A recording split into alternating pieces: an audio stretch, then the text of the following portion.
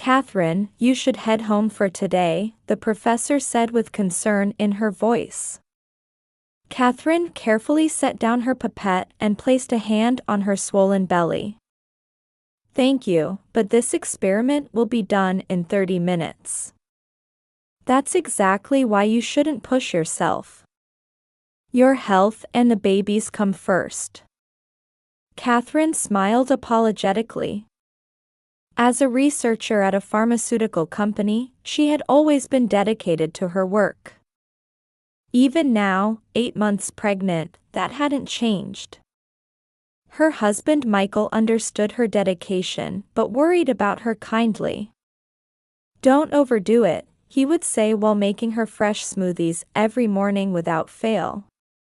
As a project manager at an IT company, his job required frequent business trips, so he tried to support his wife through thoughtful gestures. As Catherine was finishing her experiment and preparing to leave, her smartphone vibrated. It was a message from her mother, Patricia. Important announcement tonight. Lou Jardin at 7. Don't be late. It was typical of her mother, a one-sided directive with no explanation. Her mother, who ran a high-end boutique, was always conscious of maintaining appearances in high society. Lately, she had even developed a habit of checking her Instagram follower count daily. Her sister Ashley was like an intensified version of their mother's values.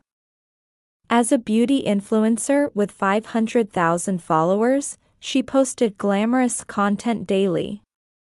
When she learned of her sister's pregnancy, she had said, "Don't steal my spotlight," half-jokingly, not even trying to hide the true feelings behind those words. Catherine. As she was leaving the lab, she heard a warm voice. It was a call from her grandmother Eleanor. I heard about tonight. It's Ashley's engagement announcement. The groom-to-be is James Anderson from that tech company. Patricia is absolutely thrilled. Her grandmother, a real estate tycoon's widow, had always been the family's moral compass, making sound judgments. Catherine didn't miss the hint of worry in her grandmother's voice. I understand. After hanging up, Catherine let out a deep sigh. Her sister's engagement. It was certainly something to celebrate. Returning to her home in the upscale Chestnut Hill neighborhood, Catherine carefully selected a dress. Not too flashy, but not too plain either. As she stood before the mirror considering the balance, she smiled gently while looking at her growing belly. We'll meet soon. At that moment, her smartphone vibrated again. It was her sister's Instagram story. Tonight will be the most amazing moment of my life. The post already had thousands of likes. She could easily imagine her sister proudly showing those numbers to their mother. Shall we go? Whispering to her reflection in the mirror, Catherine took her coat from the closet. The cold early winter wind gently rattled the windows. Under Mistral's elegant chandeliers, her mother was beaming. Dressed in a Chanel tweed suit, she greeted arriving guests with the air of a society queen. The upscale French restaurant, not yet open to the public, was already filled with an exclusive atmosphere. Dom Perignon in crystal glasses scattered soft light throughout the room. Isn't my sister here yet? Ashley asked their mother somewhat irritably. Dressed in a pure white Alexander McQueen gown, she had already taken several selfies. Her fiancé James watched her contentedly while sipping his champagne. I told her to rest at home, considering her condition. At those words, her grandmother quietly furrowed her brow. Her vintage Cartier necklace swayed slightly with the movement. With 2 weeks until her due date? Is she really too ill to attend a party? Well, this is Ashley's special day. If something were to happen with Catherine, it would ruin everything. Besides, her dress situation would spoil the photos. Ashley nodded with satisfaction at their mother's words. The Instagram live stream was already set up. Meanwhile, at her home in Chestnut Hill, Catherine was quietly trying to steady her breathing. In the dimly lit evening room, she sank into the sofa, facing the growing discomfort. Outside the window, the trees lining the upscale residential street swayed in the cold wind. She was completely alone in the large house. Even Martha, the housekeeper, was helping at the engagement party on her mother's orders. No one was left to reach for the warm herbal tea sitting in the sink. Around 7 p.m., the first intense pain struck. Cold sweat ran down her back. She sent a brief message to Michael, who was in an important meeting on the West Coast. "I think labor has started. Don't worry, I'm heading to the hospital." A hurried reply came. "Coming home right now. Booking the next flight. Catherine, I love you." Before she could finish reading the reply, another contraction hit. Sweat beaded on her forehead. Her usual composure was slowly crumbling. Her hands, perfectly steady in the lab, now wouldn't stop shaking. With trembling fingers, she dialed her mother's number. The ringtone seemed unusually long. Her heart raced with each contraction. "Catherine? I'm very busy right now." Beyond her mother's voice, she could hear the pop of champagne corks. Someone's laughter. Clinking glasses. Jazz music playing in the background. "Mom, contractions, come quickly." She struggled to form words between breaths. Pain distorted her vision. She could hear the tremor in her voice. "We're having a family dinner at an upscale restaurant right now. At a time like this. Today is your sister's engagement celebration." Her mother's exasperated response pierced her heart. The voice completely lacked its usual social warmth. Right after, she heard her sister's voice in the background. "Mom, let's make a toast. My sister can wait." Someone on the other end called out, "The live stream is starting." Lively music began to play. Laughter overlapped. The sound of champagne. Toasting cheers. Catherine quietly gripped her smartphone. Her fingers looked strangely white on the screen. The joints were pronounced. "I understand. I'm sorry for interrupting." Her voice came out more composed than she expected. "That's right, I'll call a nurse later. You still have 2 weeks, so it's probably just false labor. More importantly, my Instagram followers are skyrocketing." Her mother's voice faded away. In the background, what sounded like James Anderson's father was beginning to give a toast. When the call ended, the room's silence rang in her ears like tinnitus. Outside the window, a cold early winter rain had begun to fall. Raindrops traced down the dark window pane. Another contraction hit. This time, the most intense pain yet. It felt like her insides were being torn apart. Cold sweat ran down her back. She checked the clock. The intervals were already 3 minutes apart. Her hand trembled slightly as she opened the taxi booking app. The screen showed, "Searching for drivers." Just then, the phone rang. A familiar number. Her grandmother's steady voice resonated through the dark room. That voice held a warmth her mother could never possess. Fighting back tears, though her voice was already shaking. "It's all right. I've already sent a car. It'll be there in 10 minutes, so wait by the entrance. Did you put on your coat?" A sigh of relief escaped her. Her grandmother's voice had a mysterious power. It was the same warmth she'd known for over 30 years. "But Michael. He's taking the next flight from San Francisco. Now, take a deep breath. Let's go to the hospital together. Stay calm for the baby's sake." Catherine quietly stood up. She checked the hospital bag she had prepared in her handbag. Then, she took out a small envelope and placed it on the living room table. Her mother's name was carefully written on the pure white envelope. On her way to the entrance, her smartphone vibrated. It was an Instagram notification. Catherine turned off the notifications. Outside, a black Mercedes was already waiting at the entrance. The driver got out and opened a large umbrella. The rain was growing heavier.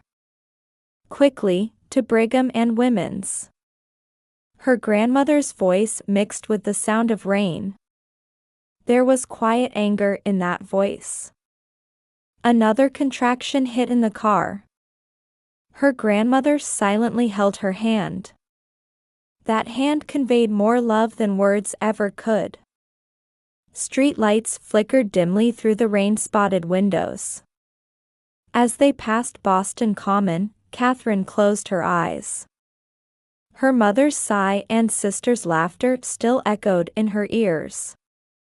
The maternity ward at Brigham and Women's Hospital was wrapped in midnight silence. Under the soft lighting of the delivery room, Catherine battled intense contractions. Her grandmother continued to hold her hand throughout. "Just a little more, Catherine," Dr. Sarah Miller announced calmly. The hem of her white coat swayed with her busy footsteps. The sound of nurses efficiently preparing equipment echoed through the room. "The baby's doing well. Heart rate is stable." The regular beeping of the monitor confirmed this. A brief respite between contractions. Catherine took a deep breath. "Michael? He just boarded the flight from San Francisco." Her grandmother answered while checking her phone screen. Her voice carried unprecedented gentleness. Just then, an Instagram notification scrolled across the screen. Posted by her sister Ashley. The photo showed their mother toasting with champagne. The likes had surpassed 10,000. "Let's turn this off." Her grandmother quietly took the smartphone and pressed the power button. Just as the screen went dark, another contraction hit. A wave of pain swept through her entire body. Cold sweat beaded on her forehead. "Take deep breaths. That's it, just like that." Dr. Sarah's voice seemed distant. The clock hands pointed to midnight. At that time, the party at Mistral was reaching its peak. Her mother was absorbed in Instagram live streaming. Her posts as a high-end boutique owner always attracted attention. "Hey, Mom, how's this photo?" Ashley showed a photo of herself with James Anderson. Perfect smile, perfect composition. Like a magazine cover. "Beautiful. Let's post it right away." No one mentioned the hospital. In the delivery room, the battle for a new life's arrival continued. Catherine summoned her remaining strength. At that moment, a small cry rang out. It's a girl. Outside the window, the rain had stopped, and the full moon peeked through. Catherine, you did wonderfully. Tears glistened in her grandmother's eyes. A nurse gently wiped the baby and placed her on Catherine's chest. The warmth of the tiny life spread throughout her body. Hello. In a faint voice, Catherine spoke to her child for the first time. The baby moved her tiny hand as if responding to the voice. Just then, the delivery room door burst open. Catherine. Michael rushed in, out of breath. At the sight of her husband who had finally made it, tears welled up in Catherine's eyes. Michael knelt beside his wife, taking her hand.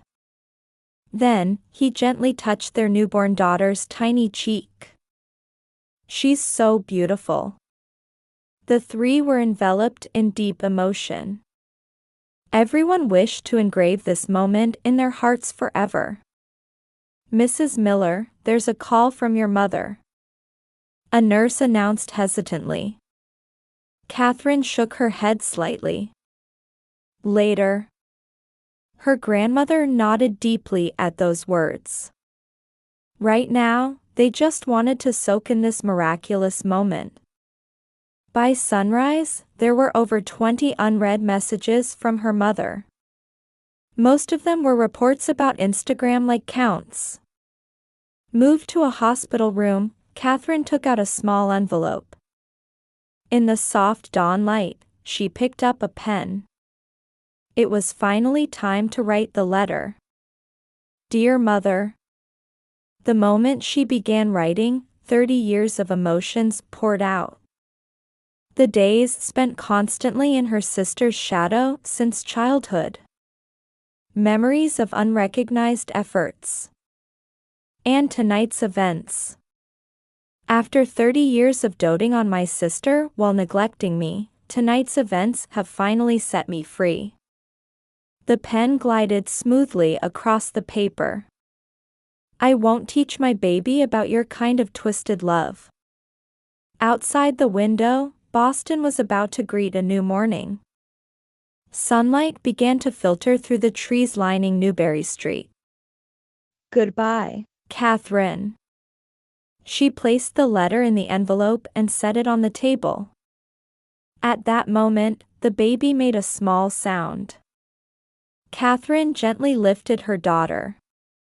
The beginning of a new life. Her grandmother smiled quietly. Michael placed his hand on his wife's shoulder. Just then, the mobile phone rang again. Her mother's name on the screen. However, no one reached for the phone. On the third day, Patricia Wallace was ordering the most luxurious bouquet from a high-end flower shop. An extravagant combination of roses and Casablanca lilies, adorned with premium ribbon. The price easily exceeded $500. The delivery address is Brigham and Women's Hospital, maternity ward. At that moment, her smartphone vibrated. It was a call from her boutique on Newbury Street. Mrs. Wallace, it's terrible. We've been getting cancellations since this morning. The manager's voice trembled with anxiety. Photos from the party had begun to spread. Nonsense. It's just temporary. However, contrary to her words, her hands were shaking slightly. Her reputation in high society was her lifeline. Arriving at the hospital, she received unexpected words at the reception. Regarding room 506, we've been instructed by the patient to decline visitors. I am her mother. I'm sorry. We were specifically told to decline family visitors. Just then, Eleanor Wallace quietly appeared. The envelope her grandmother handed over bore her name in familiar, meticulous handwriting. Her hand trembled slightly as she opened the letter. Dear Mother. With each line she read, the color drained from Patricia's face. 30 years of feelings. Undeniable facts. And words of farewell. You reap what you sow, Patricia. Her grandmother's voice was quiet but stern. But be quiet.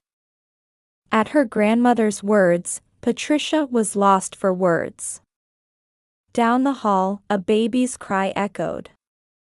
That evening, Ashley's Instagram follower count began to plummet rapidly. Comments on her engagement party posts had turned harsh. The next morning, among the nurses at Massachusetts General Hospital, a story began to spread. The rumor spread rapidly among Boston's medical community. At the same time, regular customers at the Newbury Street boutique began canceling their accounts one after another. I'm sorry, but our future association. The stern gazes of society ladies cornered Patricia. The social status she had built over many years began to crumble audibly. Meanwhile, at the Anderson family home of Ashley's fiancé James, a heavy atmosphere hung in the air. This affects our family's reputation as well. James's mother spoke quietly to her husband.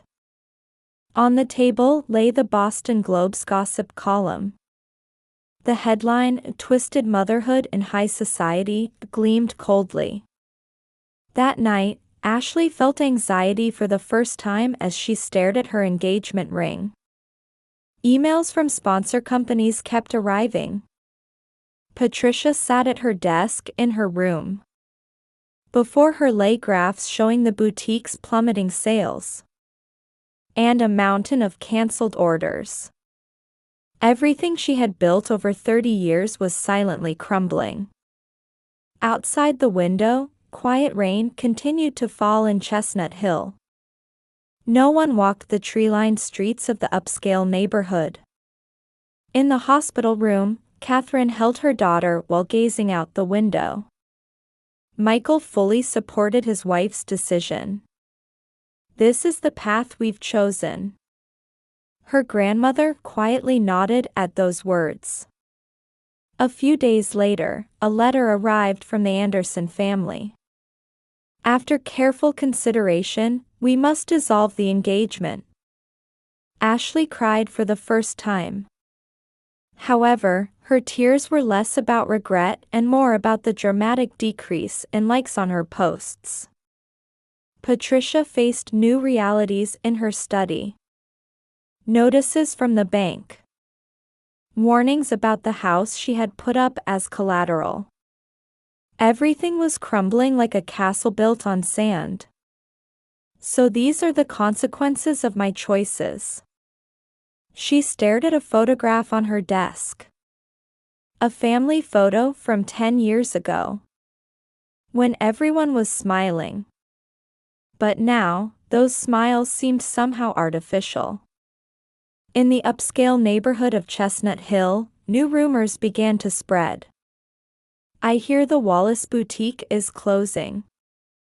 Is it true about the broken engagement? It wasn't a dramatic punishment. However, the everyday collapse of high society life sometimes proves to be the most devastating punishment. In room 506 at Brigham and Women's Hospital, a new family's story was about to begin. The setting sun through the window gently illuminated mother and daughter. We'll walk a different path. Catherine's words were met with Michael's quiet nod. Her grandmother watched out the window while holding her granddaughter's tiny hand. Spring in Boston, 5 years later. In a research room at Harvard Medical School, Catherine studied data on a new cancer drug. Cherry blossom petals danced outside the window. Mommy. Turning around, she saw her 5-year-old daughter Emily running in. It had become their daily routine for her grandmother to pick Emily up from daycare and bring her to her mother's workplace. Emily, no running. Eleanor Wallace's gentle voice followed. Even with age, she maintained her grace. Hey, Mommy, guess what? My teacher praised my drawing today. Emily proudly showed her picture. A garden full of colorful flowers. 3 figures holding hands and smiling, Emily, Catherine, and Michael. It's beautiful. Catherine hugged her daughter while nodding slightly to her lab colleagues. They all returned warm smiles. Meanwhile, in a suburban Boston apartment, Patricia Wallace sat alone by the window. A modest room, nothing like her former mansion. An unopened letter lay on the table. It was from her younger daughter, Ashley. She was now working at a small beauty salon in Los Angeles. Her social media followers had dwindled to just a few hundred. Mom, can't we start over? The letter's tone lacked its former arrogance. Yet somehow, a calculating undertone still seemed to lurk behind the words. Patricia stood and sat at her vanity. Her reflection in the mirror looked strangely unfamiliar. After closing the boutique, she had completely disappeared from society. She was even afraid to walk the streets of Chestnut Hill now. The cold gazes of former acquaintances still stung her heart. At the same time, dinner preparations were beginning at the Miller family's new home. Emily, go wash your hands. At Catherine's voice, her daughter happily ran off. In the kitchen, Michael, home from work, was cooking pasta. His IT project successes had led to a flourishing career. Grandma, taste this sauce. Family dinners were always wrapped in warmth. Wine glasses on the table scattered soft light. By the way, Eleanor began quietly. I received a letter from Patricia this morning. The air froze for a moment. Dear Catherine, could you let me see you once more? The letter was filled with formal apologies. However, words of genuine remorse were nowhere to be found.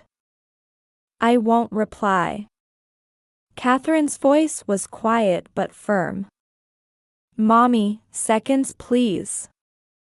Emily's voice lightened the atmosphere. Here you go.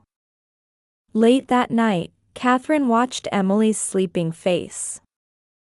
Long eyelashes, soft cheeks. Innocent breathing echoed in the room. It really was the right choice. From behind, Michael gently embraced her shoulders. The next morning, on the Charles River walkway, Catherine walked hand in hand with Emily. Spring sunshine poured down gently. Mommy, look at those ducks. Where her daughter pointed, a mother duck swam with her ducklings. Emily? What is it? Mommy will always be on your side. I know. That innocent response warmed Catherine's heart. From the direction of Boston Common, church bells rang out. The sound announcing the start of a new Sunday. Catherine looked up at the sky. Thin clouds drifted across the blue expanse. Like memories of the past. Let's go. Mother and daughter walked on, hand in hand. Anyone could see how happy they looked. Spring light sparkled on the surface of the Charles River.